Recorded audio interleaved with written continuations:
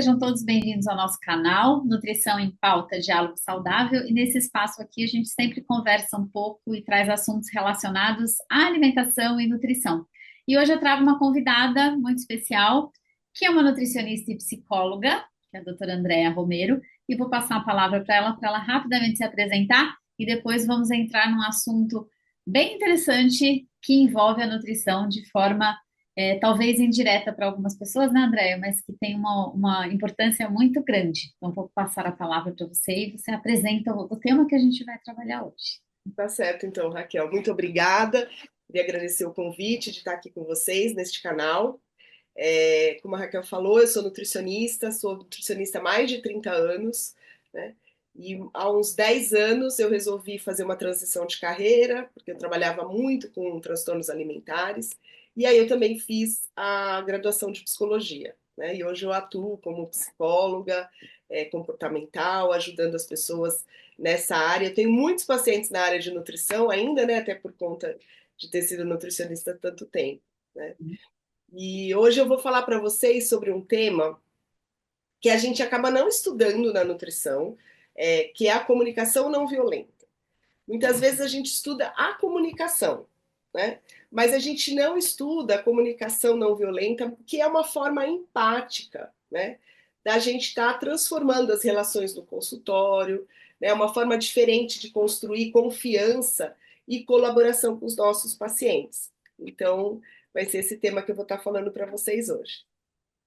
Ah, muito legal. Então, muito bom. Então, vamos lá conversar sobre esse tema que é tão importante, tanto para o profissional, né, que atende, que trabalha com ser, qualquer pessoa, na verdade, né, André, que trabalha com ser humano, que atende um ser humano, e também para as pessoas, né, que estão do outro lado, que serão atendidos e recepcionados por esses profissionais, né, o quanto que a gente precisa ter esse olhar diferenciado, tanto de um lado quanto do outro.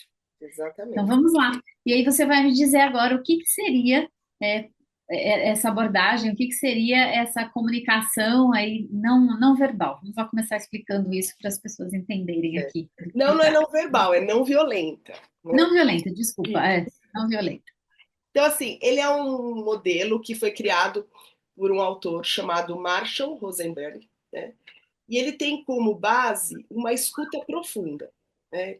Aí a gente vai falar assim, mas normalmente o nutricionista escuta profundamente o seu paciente. Sim, a gente tem essa premissa, né, de que os profissionais tenham essa escuta, mas muitas vezes a gente está com um ruído na nossa cabeça, né? Ao mesmo tempo que a gente está escutando, a gente está pensando no que a gente precisa falar, né? Então, muitas vezes a gente não está com uma escuta completa ali, né? Também é uma forma da gente se comunicar de forma clara e empática, né? E se conectar de verdade com as pessoas, né? Então, a forma da gente promover confiança e superar conflitos na comunicação não violenta é bastante interessante.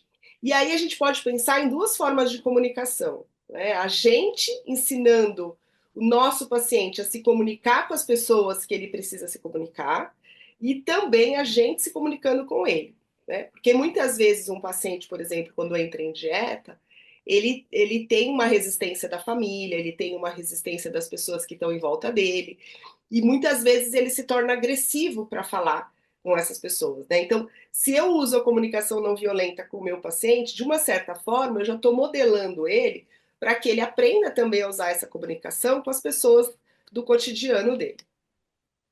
Sim. E isso a gente vê muito assim, e aí entrando nesse meio, quando a gente fala um pouco de obesidade, né, que é uma área que eu também trabalho bastante, porque existe, né, um preconceito, não adianta a gente falar que não, que existe um preconceito em relação à pessoa que tem obesidade, e muitas vezes essa forma de se comunicar com essa pessoa acaba sendo diferenciada e às vezes as pessoas que estão à volta delas não percebem, né, o quanto isso fere e piora esse quadro, né, dessa pessoa que já está provavelmente bastante, às vezes, incomodada com aquela situação e não há essa percepção de quem está à volta, né? Isso acaba, acho que às vezes até piorando essa dificuldade da adoção ou da implementação desse plano dietético ou da mudança de comportamento que a gente tanto deseja, né? Isso é uma coisa também que acredito que aconteça muito com essa população, né? Com certeza, né? Porque a gente sabe, né, Raquel, que o comportamento alimentar, ele não é apenas racional, né? Então, assim, se fosse dessa forma, né, então talvez nem precisaria nessa época que a gente tem aí a inteligência artificial da gente ter nutricionista, né? Era só colocar lá no chat GPT, vamos agora me falar o que que você pode me fazer de almoço se eu tenho determinadas ingredientes em casa, né? Mas a gente sabe, né, que a alimentação ela carrega todas as emoções, as histórias pessoais, a forma como essa pessoa se relaciona com a comida, a forma como ela se relaciona com a família, né? Então, tudo isso está envolvido. Então, quando a gente está falando de obesidade, de mudar o comportamento da obesidade, a gente também está falando, né, de ensinar essa família, muitas vezes, a se comportar de formas diferentes, né?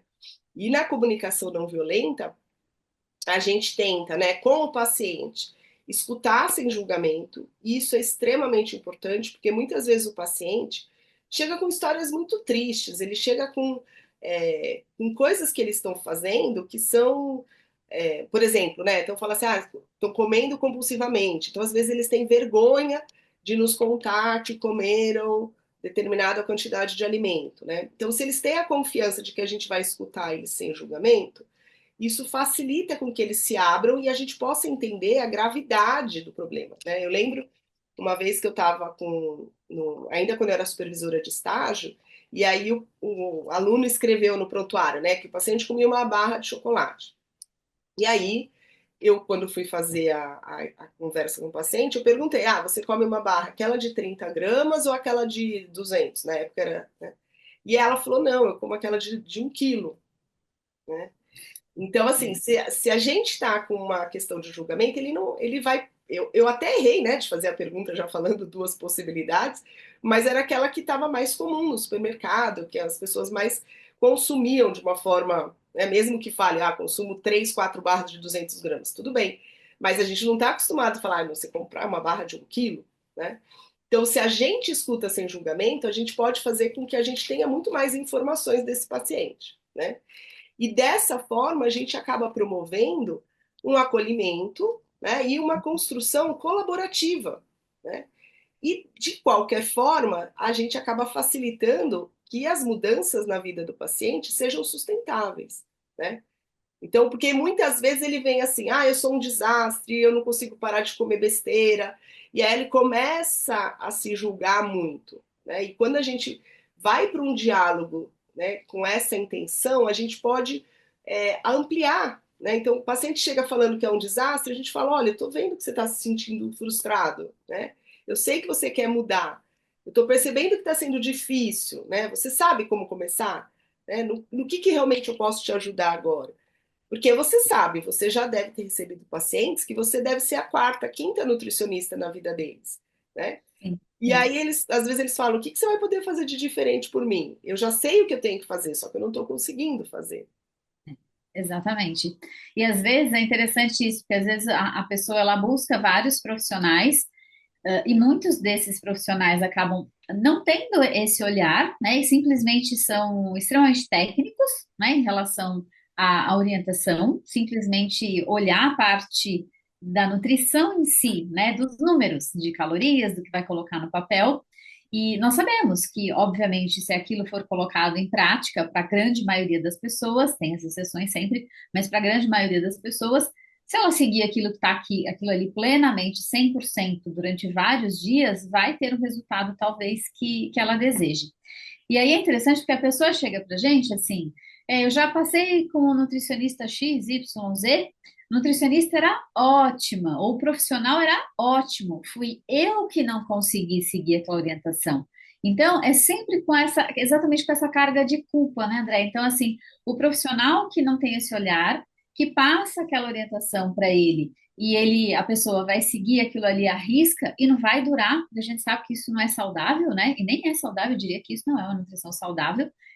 Não vai conseguir seguir por muito tempo. Durante o período que ele seguir, ele vai ter o resultado. Então, pronto, o nutricionista é excelente. O problema não foi o nutricionista, o problema foi dele, né? E aí ele desiste daquilo ali, porque não consegue, não é sustentável E aí pronto, ele volta às vezes ganhar peso, ou volta a ganhar os problemas de saúde que ele tinha, que estavam, né, melhorando nesse período.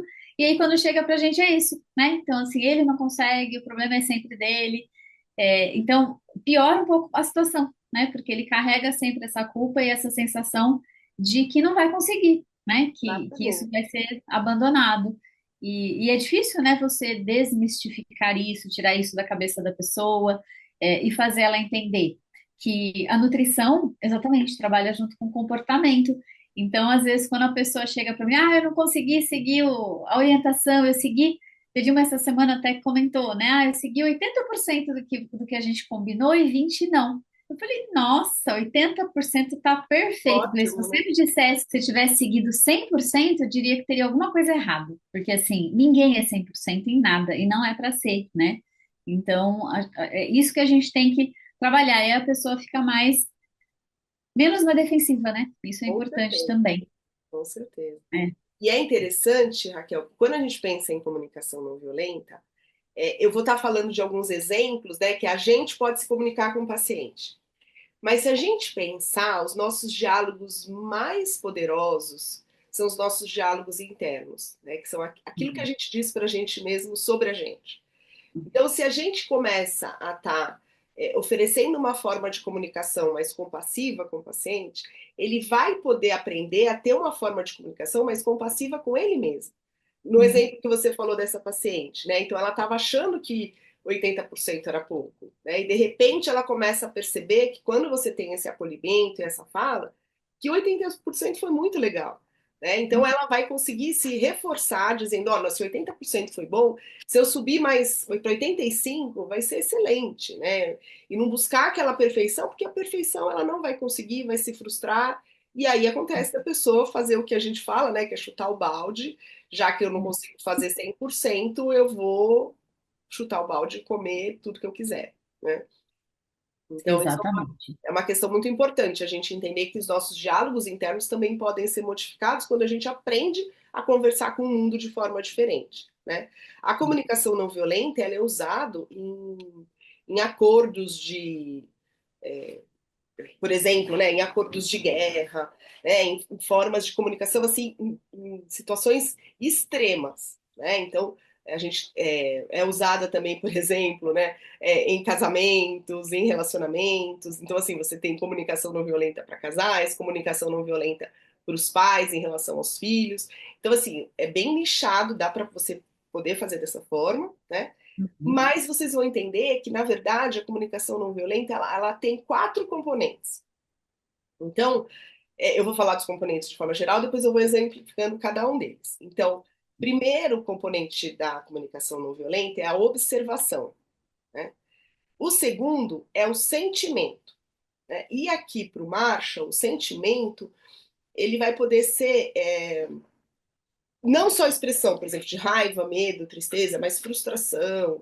Ele vai colocar, às vezes, coisas em relação aos sentimentos que não são. Às vezes a gente, como nutricionista, fala assim: eu tô com um sentimento de que eu tô gorda. Entendeu? A gente fala: não, a gordura não é um sentimento. Mas para o Marshall, ele fala assim: não, é tudo aquilo que a pessoa está sentindo. Não importa se seja só da parte da psicologia, mas é aquele sentimento de eu estou me sentindo pesada, eu estou me sentindo desconfortável, eu estou me sentindo também com as questões corporais, ele não diferencia muito isso. Né? Depois ele vai falar de necessidade. Ele fala uma coisa muito interessante, ele fala o seguinte, que toda violência é uma necessidade não atendida. Então, dessa forma, a gente tem que entender muito assim, o que realmente eu estou precisando. Né? Eu estou com raiva porque foi ferida uma necessidade minha. Né? E aí, no final, a gente faz um pedido.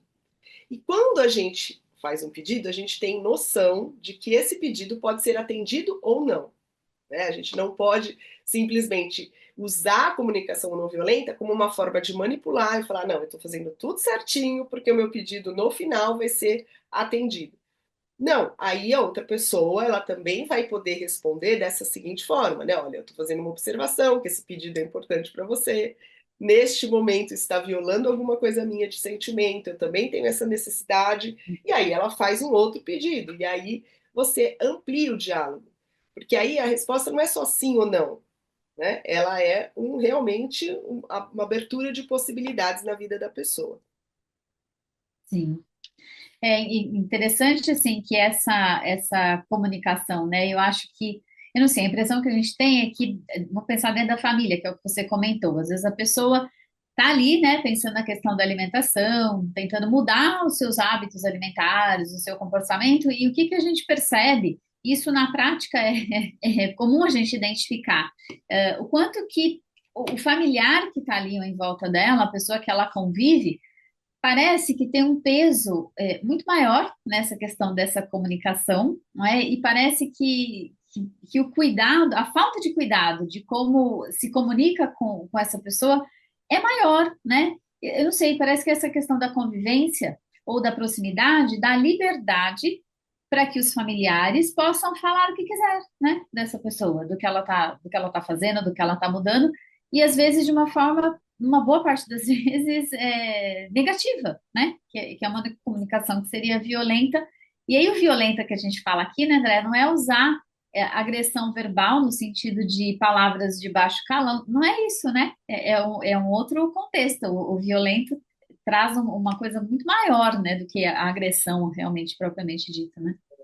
Toda vez que a gente pensa, né, por exemplo, a questão da obesidade, a gente até pensa em relação aos limites, né? Essa pessoa assim, está com falta de limites, né, no seu próprio corpo, nas suas relações, né? Então, a gente vê muitas vezes que as pessoas elas vão aguentando as coisas, né? É óbvio que a gente está aqui falando de uma forma genérica, a gente tem que observar cada paciente, cada caso, mas a gente já trabalha, né, aqui há uns 30 anos com essa questão e a gente vê assim, o quantas vezes engolir o sapo, né, deixar as pessoas te invadirem, você não saber falar não, não colocar o limite no outro, faz com que isso ganhe um peso emocional que se reflete, né, num peso físico, né? Porque eu Uhum. estou me sentindo desrespeitada, eu sinto um vazio enorme dentro de mim, eu posso usar a comida como uma forma, né, de estar me protegendo nesse sentido. Então, a importância da gente aprender a se comunicar e colocar limites nos nossos familiares, nos nossos amigos, né? A gente vai numa festa, você fala que tá fazendo dieta, todo mundo fala, mas não, só um pedacinho. Cara, tudo bem, a pessoa falou isso, você fala, legal, que bom. E continua a sua vida, come você, faz o que você quiser, né? Mas a gente já viu várias situações, tanto que, né, nossos pacientes sabem que quando vai chegando uma festa, final de ano, que vai encontrar família, sempre tem um drama em relação a isso, né? Sim, exatamente, exatamente. Eu acho que é difícil para a pessoa lidar com isso, né? Porque ela já sabe que ela vai armada, né? Ela já sabe que isso vai acontecer. Mas tem alguma estratégia, assim, que eu acho que você pode dar de dica, assim, para uma pessoa, por exemplo, nessa situação mesmo. Então, ela já sabe que ela vai no casamento, numa festa. E é interessante isso, porque o que eu sempre falo também para as pessoas. Então, é óbvio que quem está tentando controlar, mudar hábitos, a gente fala que tudo é questão de moderação e equilíbrio. Então, em algum momento, óbvio que se ela for numa festa de casamento e é uma pessoa que gosta muito, aprecia, comer de repente um doce ali da festa, não vai ser naquele momento que ela vai comer aquele doce que vai atrapalhar a vida dela, né? Então, assim, dá para comer sem problema nenhum. Mas às vezes a pessoa ela tá num nível assim de mudança de comportamento e a forma que ela lida com o alimento que ela para ela não sofre com aquilo, não é? Então, assim, é por opção dela mesma. A gente percebe que assim, não, eu não, isso eu reforço sempre. Você passou vontade, ficou com aquela vontade imensa e se controlou e não comeu, ou foi algo assim natural, foi tranquilo. E muitas vezes é tranquilo para a pessoa ficar realmente sem comer. E aí, nesse momento é que entram essas pessoas, né, que vão insistir. Então, assim, ela tá, às vezes, num momento ali de um autocontrole confortável para ela, que naquilo não está incomodando, mas às vezes, se uma outra pessoa, aquele grupo de familiar, tá ali insistindo para ela comer, como que ela faria, por exemplo, lidar com isso? Alguma dica para isso? É. Então, se a gente pensar, né, nessa ocasião de festa e tudo mais, e se ela usar esses princípios, né, da observação, do sentimento, da necessidade e, por exemplo, do pedido, ela poderia falar: olha, eu estou vendo que você está insistindo de estar me oferecendo comida agora, mas eu queria que você soubesse que eu estou muito feliz com o que está acontecendo no meu corpo, com as minhas mudanças, e isso está me deixando muito mais confiante, né? Eu estou aumentando a minha confiança, estou aumentando a minha força de vontade, a minha clareza em relação àquilo que eu preciso, e eu gostaria que tudo bem, que você não precisa me oferecer. A hora que eu quiser, eu vou lá e pego. Né? Então, essa seria a frase perfeita, assim dizendo, né? É óbvio que quando. O grande problema, né? Que quando a gente está num momento desse, às vezes a gente está engatilhado já. Né? O que, que quer dizer isso? A gente já vai, por exemplo, numa festa que a gente sabe que tem aquela tia que vai fazer aquilo, que ela faz aquilo desde criança, que aquilo sempre me irritou, que aquilo me machucou. Então, quando ela faz, eu não tô no meu eu agora presente, adulto, né? Eu me lembro de todas essas questões do passado e vem tudo isso junto. A gente fala que isso acaba sendo um gatilho, e aí eu respondo de forma automática, muitas vezes com raiva, muitas vezes ignorando, né? Muitas vezes sendo violento com a pessoa, né? Então, a comunicação ela tem que ser um treino, um aprendizado. A gente aprendeu a se comunicar a vida inteira da forma que as pessoas nos tratavam. A hora que eu começo a aprender uma nova forma de me comunicar, isso é muito importante. Eu comecei a estudar a comunicação não violenta como psicóloga, porque assim, meus pacientes chegavam e grande parte do problema dele era a relação com a família, era a relação com a mãe, era a relação com o namorado, com o marido. E aí, assim, eu tinha que ensinar ele formas de se comunicar que auxiliassem. Né? Então, essa aqui é uma. Então, eu vou dar um exemplo, né? Numa relação entre nutricionista e paciente, que depois ele pode extrapolar. Então, na questão, por exemplo, da observação, a gente tem que relatar um fato sem julgamento ou interpretação. Né? Então, por exemplo, nesse caso até da festa, automaticamente eu fico pensando assim: nossa, minha tia, ela tá fazendo isso porque ela é invasiva, porque ela nunca dá espaço para ninguém, porque ela já brigou com o meu primo e eu sei que ela é uma chata de galocha. Então, assim, eu tô colocando todo o julgamento e toda a minha interpretação, né? Na hora é assim: eu tô percebendo que você tá me oferecendo comida. Isso é um fato e não tenho julgamento nenhum, eu não tô interpretando mais nada. Aí eu falo meu sentimento. Sabia que eu tô super feliz com a minha dieta? Né? E eu preciso agora, nessa fase da minha vida, cuidar do meu corpo, eu falo da minha necessidade. Né? E aí eu faço um pedido para ela. Tudo bem você não me oferecer mais nada? Não, pode ficar tranquila. A hora que eu quiser, eu levanto e vou pegar. Né? Então, você observa que eu não julguei nada. O grande problema de tudo, né, é o nosso julgamento e interpretação, porque a gente já vai pensando o que, que aquela pessoa quer, o que, que ela está pensando, o que, que ela fez, porque a gente tem, vamos dizer assim, uma história de vida com ela, né, que traz tudo isso. Mas se a gente vai ensinando o paciente, facilita. Né? Então, no seu caso, da sua paciente que chegou e falou que não comeu os 20% certo. Né? Então você podia falar: olha, eu estou percebendo que você está relatando alguma dificuldade em organizar suas refeições. Né? Eu notei que você não seguiu 100% do plano alimentar nessa semana. Eu estou falando, eu notei porque você me disse aqui. Né? Você disse que tem sentido mais vontade de comer doce nos finais de semana. Então, eu relato o que ela está falando sem nenhum julgamento ou interpretação. Né? E aí, em seguida, eu falo para ela, no começo, olha que coisa interessante. Como os nossos pacientes podem ter dificuldade de nomear as próprias emoções, Tá. tá? Então, por exemplo, né, quando a gente vai entrar nos sentimentos, até usando, né, esse exemplo que a gente estava falando da sua paciente, a gente pode falar no começo, só no começo, ajudar esse paciente a nomear as emoções. Porque muitas vezes ele não tem consciência do que está acontecendo dentro dele. Depois ele vai aprendendo, né, a colocar seus sentimentos ali de forma interessante. E aí que para o Marshall não faz diferença entre sentimentos e emoções. Na psicologia a gente acaba diferenciando isso. Né? Emoção é uma coisa muito mais fisiológica, é o que está acontecendo, é aquele coração acelerado, aquele frio na barriga. Isso a gente chama de emoção. E os sentimentos, raiva, medo, tristeza, alegria, né? Que geram emoções no nosso corpo. Né? Então, para o Marshall, ele não faz essa diferenciação. Né? E aí a gente pode ensinar o nosso paciente, né? Falando: olha, eu percebi que você se sentiu frustrado, que parecia que você está desapontado de não ter conseguido medir o seu progresso essa semana, né?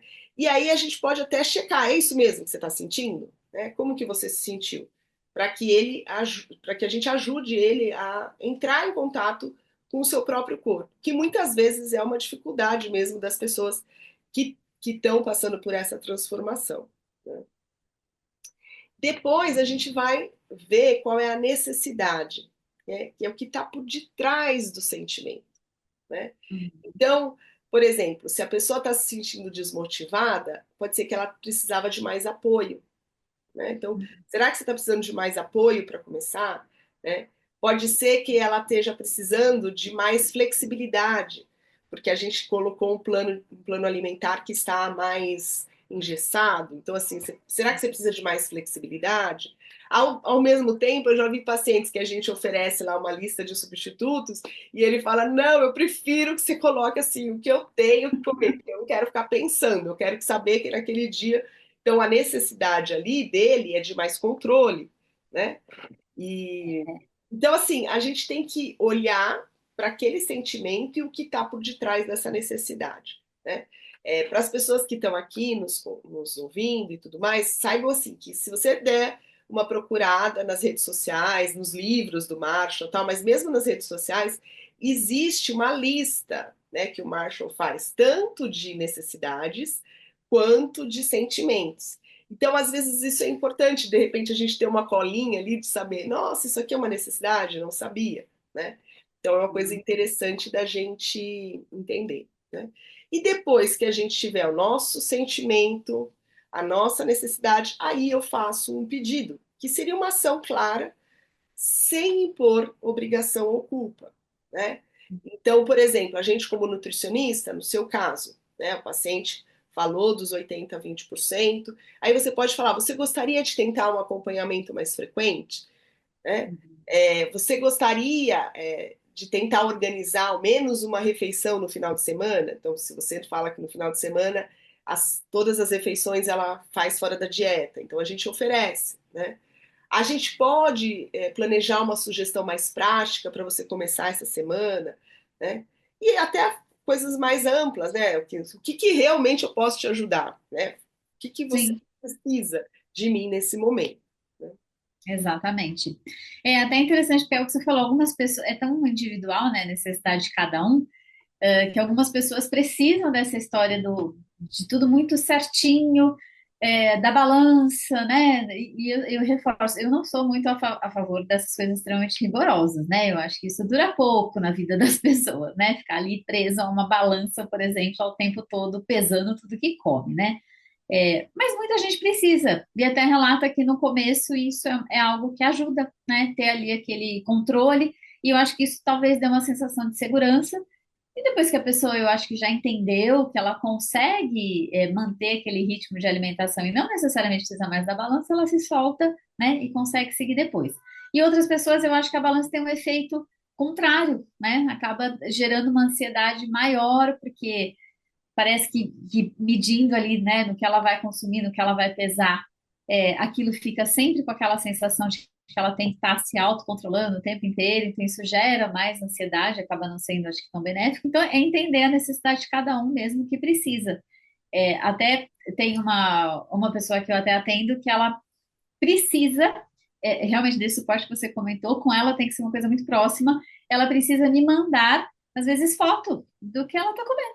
E assim, e só esse reforço positivo, né? De dar o feedback que tá ótimo, tá exato, tá no caminho bom, né? E quando ela faz algo que sai fora, a gente coloca alternativa para melhorar aquilo ali, mas realmente isso parece que assim para algumas pessoas esse esquema funciona e para outras talvez não. Tem gente que não gosta, né, do diário alimentar, tem pessoas que funciona super bem a gente pedir para realmente tirar foto, anotar o que come. E para outras pessoas, naquele momento, ela não tem, né, paciência de ficar anotando tudo e fazendo isso. Por isso que a gente fala que é tudo muito individualizado, né? Na forma que cada um trabalha. E o momento também, eu acho que não é só a pessoa. Eu acho que tem um momento de vida também que essas coisas se encaixam e em outros momentos não, né? Acredito que sim. Isso mesmo. E a gente tem que entender, né, que a gente está a serviço do paciente, né? E não o Sim. paciente tem que se adaptar à minha forma de atender, né? Então, mesmo, por exemplo, você não gostando da balança, se essa for uma necessidade dele, você se adapta, né, para ensinar. Você pode até em algum momento falar, olha, vamos se libertar da balança, mas no começo, né, você se adapta às necessidades dela, né? Aí, Exatamente. eu queria dar mais alguns exemplos, tanto de sentimentos quanto de necessidade. Eu acho que sentimento é o mais fácil, né? Depois aí de de todos os filmes, né, do Divertidamente, isso ficou muito mais popularizado, né? Então a gente tem assim, quando as nossas necessidades são atendidas, normalmente a gente se sente feliz, animada, confiante, satisfeita, inspirada, né? São aqueles sentimentos que nos trazem sensação de bem-estar, né? Uhum. Quando as nossas necessidades não são atendidas, a gente normalmente se sente triste, frustrada, com raiva, ansiosa, desmotivada, zangada, né, com raiva. E aí eu vou te falar assim, o Marshall ele não fala muito sobre isso assim tão claramente como eu vou falar agora, mas assim, como psicólogo, a gente sabe que assim, não existe sentimento bom ou ruim. O sentimento pra gente, ele é só uma bússola. A gente não Uhum. pode dizer assim, se a gente está com uma bússola na mão, indo para um lugar ruim, que o problema é a bússola. Né? O problema é o lugar, o problema é o jeito que eu dirijo o barco ou qualquer coisa nesse sentido. Né? Então, a gente tem que entender, se a gente entender isso, o sentimento é uma bússola. Ele é uma bússola o seguinte, quando eu estou triste, é porque alguma coisa está faltando na minha vida. Né? Então, seja por conta de um luto, seja por conta de um fim de um relacionamento, seja porque alguma coisa não saiu do jeito que eu gostaria. Né? Então, assim, tem ali uma falta. Isso me gera tristeza. Né?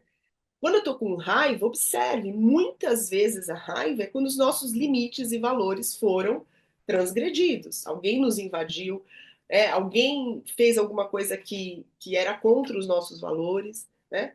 E aí, assim, o grande problema é que, assim, eu não tenho que atuar na raiva. Não é porque eu tô com raiva que eu tenho que ir lá bater, xingar e ter um ato violento, né? Mas a hora que eu observo a raiva, eu falo, cara, aqui tem um sinal, né? Tem uma coisa importante para observar nessa situação, né? O medo, que é uma das emoções que as pessoas mais tentam fugir, e por isso a gente está aí numa explosão enorme, por exemplo, de ansiedade, que ansiedade é medo do medo, né? Tenho tanto medo do que vai acontecer, que isso algumas vezes vai escalonando, é tanto medo do futuro, eu estou prevendo todas as coisas que vão acontecer, né? Então, assim, o medo, ele é extremamente importante, né? Se eu tô com medo, eu vou tomar uma atitude, eu vou reagir, eu vou. O medo fez com que a gente chegasse onde a gente chegou hoje em termos de população, em termos de humanidade, né? Assim, olha, eu tenho um perigo aqui, eu vou desviar desse perigo de alguma forma, né? Então, isso que eu tô te falando agora, né? Os sentimentos, eles são importantes. Se a gente encarar ele como uma bússola, isso é muito interessante, porque muita gente vem na terapia achando que a gente, como psicólogo, vai tirar os sentimentos dele. Né? Vai falar assim, deixa eu não sentir nada. Não. Tipo, eu brinco que a vida da gente é um verdadeiro eletrocardiograma. A gente vai estar lá o tempo inteiro sentindo. E aí as nossas emoções vivem. Aí eu falo, quando a gente não está sentindo nada, o nosso coração está assim numa linha reta, significa que a gente acabou, né? Então a gente tem que entender, os sentimentos vão, eles são informação, eu não preciso reagir com eles, por exemplo, no caso da raiva. Algumas vezes eu tenho que sentir, se eu tô triste, gente, eu preciso chorar. Eu preciso vir para dentro de mim, tirar um tempo, viver aquele luto. Os grandes problemas é quando a pessoa não vive o luto. É quando a pessoa não chora, né? Eu tenho pacientes que chegam para mim e falam: olha, meu pai morreu há 15 anos, eu nunca chorei. Desde o velório dele, eu nunca chorei. Né? E aí aquilo vai transformando em mágoa, doença e tudo mais dentro de si. Então o importante é isso, a gente saber que os sentimentos, eles são importantes, é a nossa bússola, né? E em termos de necessidade, que eu acho que fica ali um pouquinho mais difícil das pessoas, porque os sentimentos a gente vive o tempo inteiro, às vezes a gente não sabe perceber do que eu preciso, né? Então o Sim. Marshall ele fala de grandes grupos, ele fala, olha, a gente precisa de autonomia, né? Então, a minha autonomia é de eu poder escolher o que eu quero fazer, poder saber quais são os meus valores, qual é o meu propósito, né? A gente precisa, que eu vou falar agora, que é o bem-estar físico, normalmente é a que a gente mais conhece, né? Então eu preciso de abrigo, de água, de comida, de descanso, de movimento, de exercício, de expressão sexual, de proteção à vida. Então, assim, é a garantia do meu bem-estar físico, né? Uhum. É, a gente precisa de celebração, né? Então a gente precisa, em termos de, de comemoração, né? De saber assim que a gente pode então celebrar a vida, né? Assim como lamentar as perdas, né? A gente precisa de lazer, de diversão, né? E de integridade, né? Então de autenticidade, de criatividade, de sentido, de valor próprio, né? E da interdependência, que é aceitação, acolhimento, apoio, né? Então, nesse momento, por exemplo, na história da tia, eu tô já toda hora imaginando essa senhorazinha na festa, né? A gente pode falar para ela, né? Tipo assim, olha, eu estou precisando de apoio agora. A senhora consegue me dar apoio? Né? Essa é a minha necessidade agora. Eu não estou precisando comer mais um brigadeiro. O que eu estou precisando agora, se você gosta de mim, se está se realmente se importando comigo, estou precisando de apoio. Então a gente precisa de confiança, de respeito, né? E quando as pessoas elas são colocadas nessa nova forma de se comunicar, às vezes elas nos surpreendem até, né? Então é uma assim é divertido a gente aprender a se comunicar de forma diferente, entendeu? Então quando eu faço esses desafios assim para os meus pacientes, eu falo, olha, é com curiosidade, pergunta diferente, assim, às vezes até para quebrar as pernas da pessoa, no mínimo, você tá com raiva? Mas tenta fazer de forma diferente, que você vai ver a pessoa, às vezes ela te surpreende, né? É Por verdade. último, a É. gente também precisa, né, de comunicação espiritual. E o Marshall, ele fala como a espiritualidade como uma harmonia com a natureza, inspiração, paz, beleza.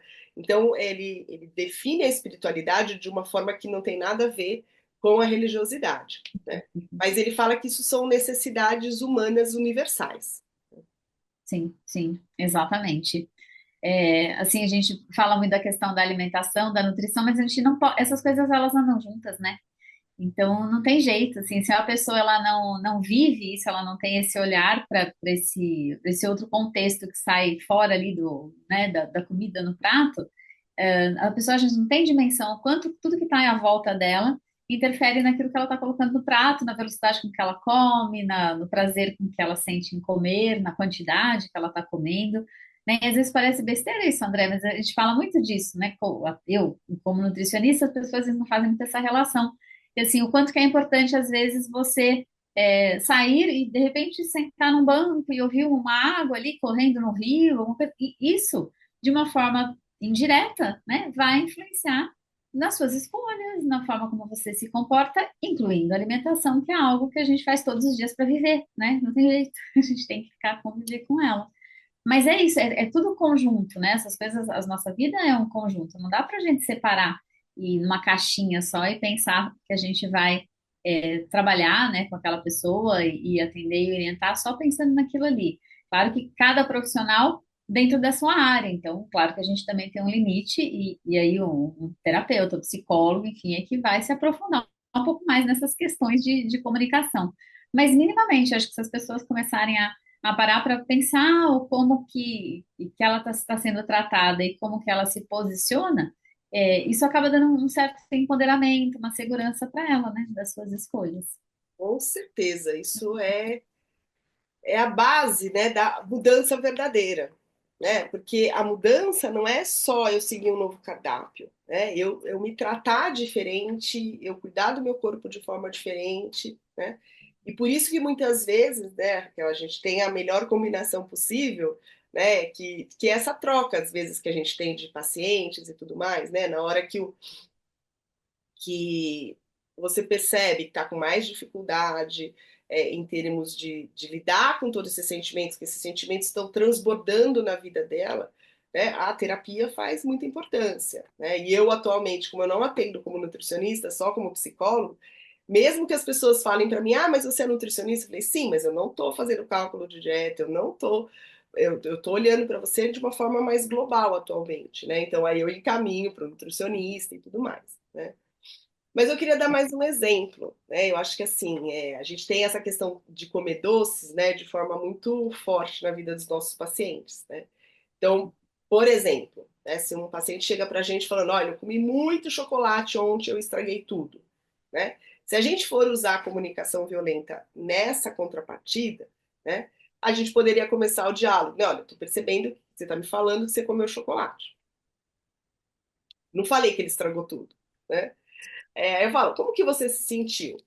Se sentiu culpada, frustrada? A gente pode ajudar, como eu falei, né, no começo, a nomear isso. Talvez você estivesse buscando conforto naquela hora, né? Essa questão, por exemplo, de eu estar dando um exemplo aqui para vocês, eu estou facilitando, mas no final das contas, assim, o que que você estava buscando naquela hora? Aí eu posso às vezes até ter uma colinha ali das principais necessidades das pessoas, né? Era conforto, era apoio, né? E aí a gente pode falar para ele, ó, a gente pode planejar juntos como você vai lidar com essas situações? E da mesma forma que eu falei com ele usando uma comunicação não violenta, eu posso ensinar ele a planejar isso também de como ele vai lidar com os familiares e tudo mais, de forma a estar passando esses conhecimentos para todo mundo, né? Exatamente, porque se a pessoa está junto de você e gosta de você, né, de certa forma, ela entendendo. Também às vezes as pessoas não, às vezes fazem isso sem perceber, né? A gente também tem que entender isso. Às vezes o comportamento ali em volta que para a gente está sendo uma coisa agressiva, para a pessoa não é, né? Então é exatamente isso. Eu acho que se a pessoa está ali, está junto de você, com certeza é uma questão de trabalhar junto, de aprendizagem ali dos dois lados, né? Com certeza. Nesse caso, né, a gente, essa questão clássica que a gente está falando dos familiares, né? Então, minha família me irrita, nunca me apoia, sempre fica falando do meu peso, né? A gente pode falar, olha, parece que você está se sentindo magoado, irritado, triste, né?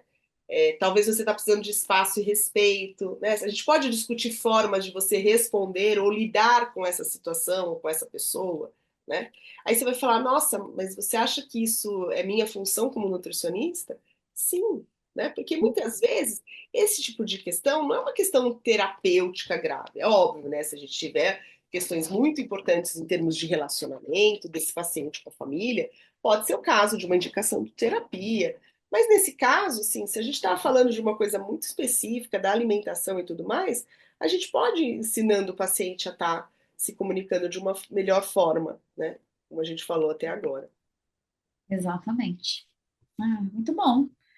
Ah, então pronto, acho que já vamos chegando ao fim aqui ao nosso programa. Muito obrigada, Andréia, pela participação. Eu acho que é um assunto aqui que se a gente ficasse aqui, a gente ficaria horas, né? Conversando e dando vários exemplos, porque exemplos são realmente o que não falta. Mas eu acho que é importante, a ideia realmente aqui é trazer isso à tona e fazer com que as pessoas parem para pensar, né? Que é necessário prestar atenção à forma como as pessoas estão se comunicando, né, com você e como você se comunica com as pessoas também, né? E não se deixar ser envolvida de uma forma muito negativa pelas pessoas. A gente a gente tem que ter esse aprendizado para nos ajudar e ajudar o próximo também, né? Acho que isso é importante. Eu gostaria de terminar com duas frases que o Marshall fala, né? Que ele fala o seguinte, que a vida ela vai se tornar muito melhor quando a gente conseguir se conectar com as pessoas e com as necessidades dela, ao invés de a gente continuar julgando essas pessoas, né? Então, quando a gente olhar e falar, nossa, essa pessoa ela está fazendo isso porque realmente ela está precisando de apoio, então a vida se torna muito melhor, né? E tem uma outra frase dele que eu gosto muito, que ele fala que palavras elas podem ser janelas ou muros, né? Então elas podem nos conectar ou nos afastar das pessoas, né? Então a gente olhar para a nossa comunicação dessa forma, né? Eu estou me comunicando de forma a abrir janelas ou fechar muros. Então é isso. Exatamente. Ah, muito bom. Eu gostei dessa frase aí para finalizar. Ah, então tá bem. Muito obrigada, Andréia, pela presença. Agradeço também todos aqui que ficaram até o final do nosso vídeo. E até o próximo programa com outros assuntos aqui que nós vamos trazer e abordar, sempre relacionados de alguma forma com alimentação e nutrição. Obrigada, Raquel.